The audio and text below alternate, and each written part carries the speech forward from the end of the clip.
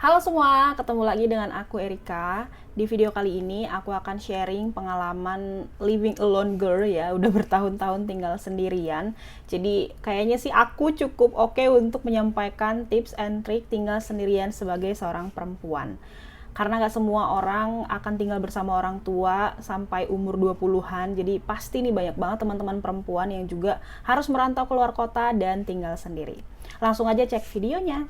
Tinggal sendirian itu ada sisi menyenangkannya karena kita rasanya bebas berekspresi, bisa melakukan apapun yang kita mau tanpa terus-menerus dikekang oleh orang tua gitu ya. Tapi satu sisi itu juga challenging banget, ada banyak hal yang harus disesuaikan. Tips yang pertama, kenali lingkungan sekitar. Setidaknya kamu tahu di mana rumah sakit, di mana tempat untuk belanja kebutuhan sehari-hari, tempat untuk jalan-jalan untuk menyenangkan diri ya tentu saja, atau misalnya rumah RT-nya di mana. Itu juga penting sih, supaya apa? Supaya kalau misalnya kamu butuh sesuatu, lagi sakit, pengen belanja atau ada kebutuhan untuk dari RT atau RW, kamu bisa mengatasinya sendiri. Yang kedua, kamu harus lebih aware dengan keselamatan diri sendiri. Sebagai seorang perempuan yang tinggal sendiri, aku sih ngerasa lebih aman kalau tinggal di kos-kosan atau di apartemen. Karena apa? Setidaknya ada keamanan yang jagain gitu loh, atau kamu gak sendirian. Aku dari dulu sih jarang ngontrak sendiri ya, pernah sih ngontrak tapi berdua dan bertiga sama adik dan temannya. Kalau misalnya kalian sendiri banget itu agak riskan ya. Kalau misalnya di kos-kosan, setidaknya kalian selalu perhatikan kunci pintu, kunci jendela, karena selain kejahatan-kejahatan lain, maling juga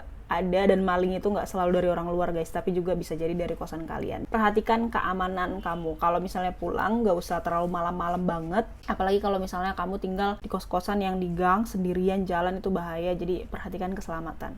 Yang ketiga, kamu harus punya rutinitas sendiri sebagai anak kos atau yang tinggal sendiri. Kenapa? Karena berpotensi sekali makan sembarangan atau nggak pernah olahraga. Aku juga jarang sih. Tapi maksudnya kan, kalau misalnya kita tinggal sendiri, kita harus bikin sistem. Misalnya kapan harus belanja bulanan, belanja mingguan, kita itu mau masak atau nanti beli. Kalau beli, angganannya di mana. Karena kalau enggak, kamu bisa berujung makan Indomie atau makan gorengan setiap hari.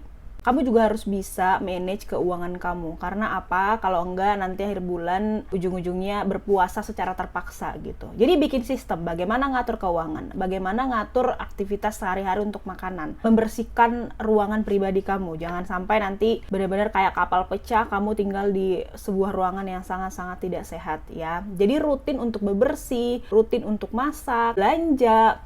Kamu harus atur sendiri, nggak ada lagi mama yang mengurusin gitu loh. Kalau yang dari rumah udah biasa mandiri sih mungkin akan lebih mudah ya. Tapi bagi yang pertama kali ngekos, nggak pernah ngurus ini itu sendiri, ini berat banget. Jadi untuk mempermudah, buat rutinitas yang akan tinggal kamu ikutin saja. Yang selanjutnya adalah usahakan untuk bersosialisasi. Kalaupun kamu se-introvert itu sehingga susah banget untuk bangun pertemanan dengan banyak orang, setidaknya kamu punya 1-2 orang yang dekat sama kamu dan tahu kondisi kamu. Kalau ada apa-apa, kamu bisa update. Akan lebih ideal lagi kalau setidaknya kamu kenal sama teman kos atau penjaga kos.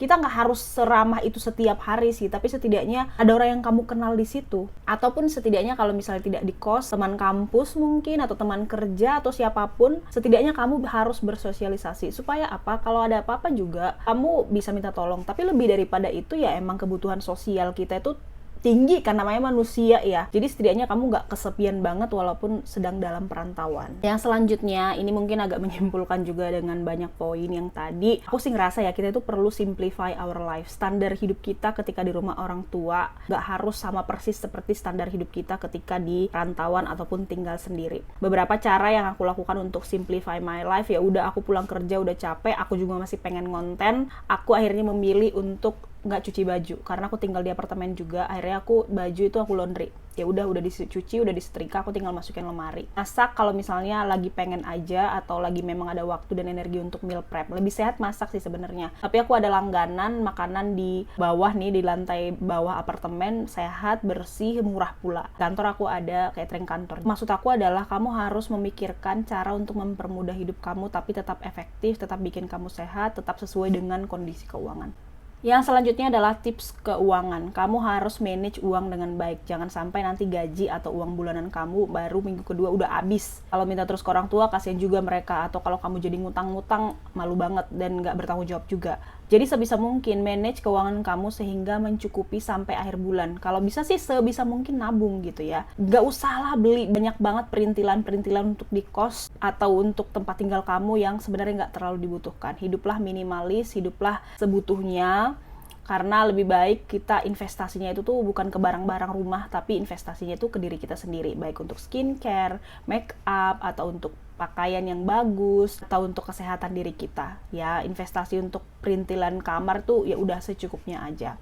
Jangan sampai habis uang untuk hal-hal yang sebenarnya nggak terlalu dibutuhkan. Beli barang jangan karena lucu aja, jangan dikit-dikit check out hanya karena influencer yang kamu suka itu merekomendasikan gitu. Secara keuangan kita benar-benar harus lebih aware ya, supaya jangan jauh-jauh merantau untuk kerja kita nggak bisa nabung atau investasi apapun sama sekali. Oke, itu aja mungkin tips dari aku untuk tinggal sendiri. Jadi kamu benar-benar harus memperhatikan kondisi diri kamu baik secara kesehatan fisik dan mental, baik secara finansial, gimana kamu mengelola hidup kamu sehari-hari. Kalau ada pertanyaan silahkan komen, atau kalau misalnya kamu punya tips yang kamu lakukan selama ini silahkan komen. Dan tolong dong kalian kalau misalnya ada masukan video apalagi yang aku bahas berikutnya, kalian bisa komen ya, supaya aku tahu apa sih yang teman-teman butuhkan selama single, mumpung aku juga masih single dan bisa berbagi pengalaman hidupku. Oke, sampai ketemu di video berikutnya. Bye-bye!